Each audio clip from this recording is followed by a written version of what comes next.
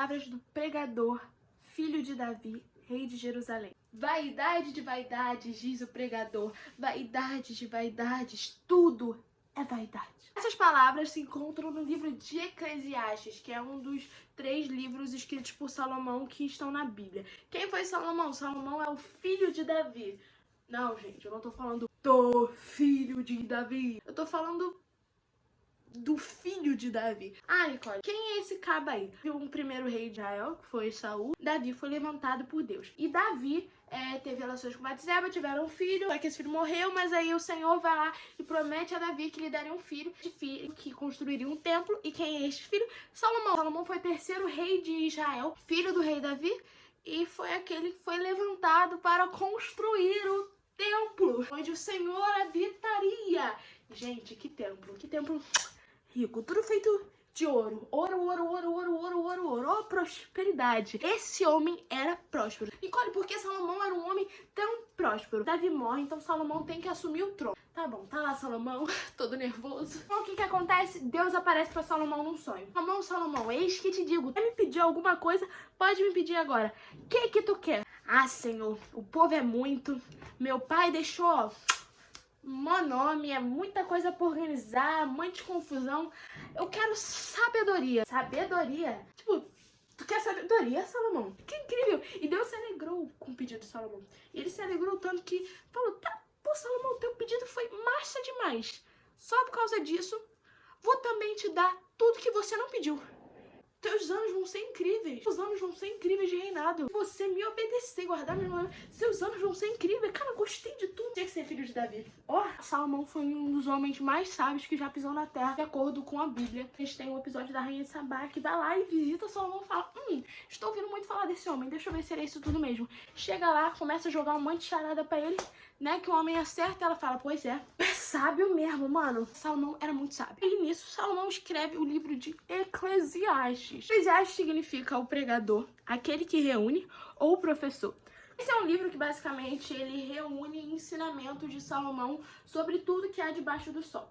Salomão, ele recebeu uma sabedoria que vinha de Deus. Foi Deus que fez Salomão um homem muito sábio. Mas mesmo assim, Salomão, ele se sentiu muito atraído pela sabedoria dos homens e pela sabedoria das coisas aqui da terra.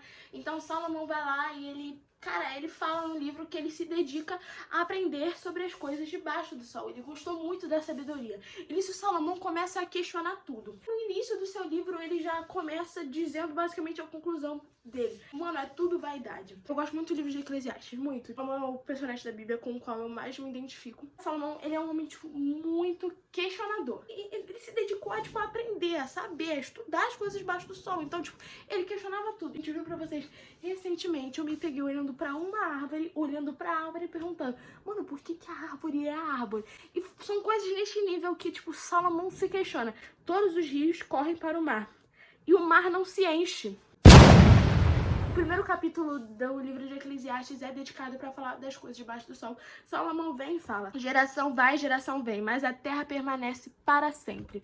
Um dia, a primeira aula de sociologia que eu tive, assim, no EAD, o meu professor estava falando sobre a relação do ser humano com a natureza. O professor vai lá e fala, cara, a natureza, ela não foi, a natureza não será, a natureza é.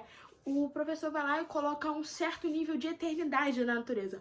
Esse verbo, essa condição ser, foi usada na Bíblia também para se referir ao Senhor. Quando Deus vai lá e se apresenta a Moisés dizendo, eu sou o que sou, eu sou, eu sou. O Senhor se declara como ser, como o verbo ser. Deus, ele é.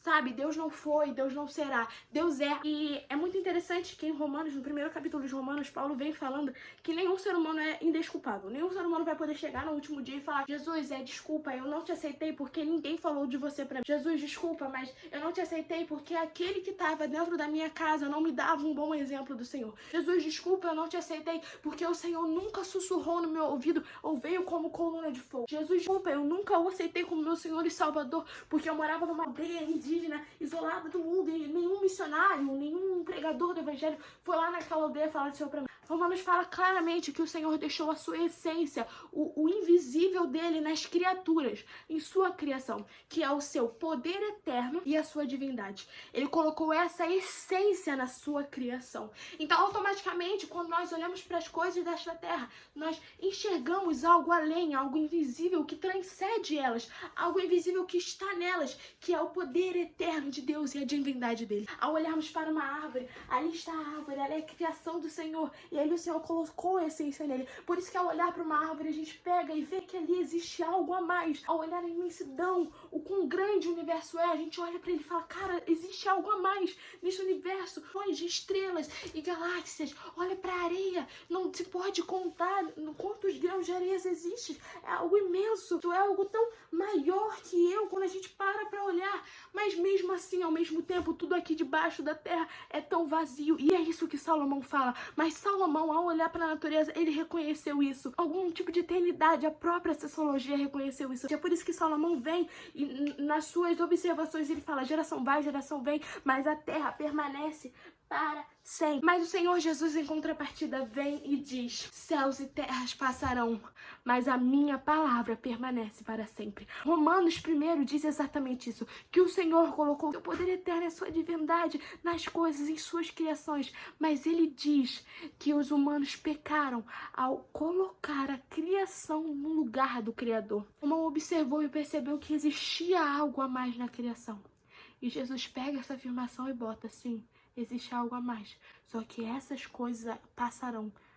Um dia a árvore vai morrer. Cientistas suspeitam, né, de que o universo, né, o Big Bang foi uma explosão que o universo está se expandindo e uma hora ele vai regredir como se um dia tudo fosse acabar. Mas as palavras dele permanecem para sempre. E tem as palavras de vida eterna. Ele é o Criador, o qual seja bendito para sempre. Amém. Essa é a questão. Ele é a eternidade. Eu acho muito incrível porque questionamentos que Salomão teve mais na frente foram todos explicados e revelados através de Jesus. Os homens na Bíblia, eles se alegravam quando Deus revelava para eles sobre as boas novas, sobre o Evangelho, e eles achavam isso incrível, eles desejavam que isso acontecesse. Nós vivemos o que os profetas na Bíblia morreram e lutaram para, e que eles se alegravam e dedicaram a vida para fazer. Deus Emanuel, Deus aqui conosco, a revelação do Pai à nossa frente, vivendo o Pai, vivendo dentro de nós, entende? Então você tá nessa noia de... Cara, você tá olhando o universo e você tá vendo que existe algo a mais, mas uma dúvida, a ciência, o inexplicável te impede de acreditar que há um Deus que criou todas essas coisas. Mas eu te digo, pare de lutar e resistir contra isso. O universo, ele é infinito, ele é tão imenso e nós parecemos ser tão insignificantes perto dele, mas o universo não é uma divindade, a terra não é uma divindade, as árvores não são uma divindade. O único que é digno de todo poder, ele que é o possuidor de todo poder, o único Deus que existe é o Deus de Israel, é o Deus Pai do nosso Senhor e Salvador Jesus Cristo. Você mesmo assim, após ouvir esse vídeo, você falou, Nicole, eu entendi o que você quis dizer, ainda assim não dá, eu não consigo crer, só tente. As pessoas desse mundo hoje em dia, elas estão muito dispostas a tentar.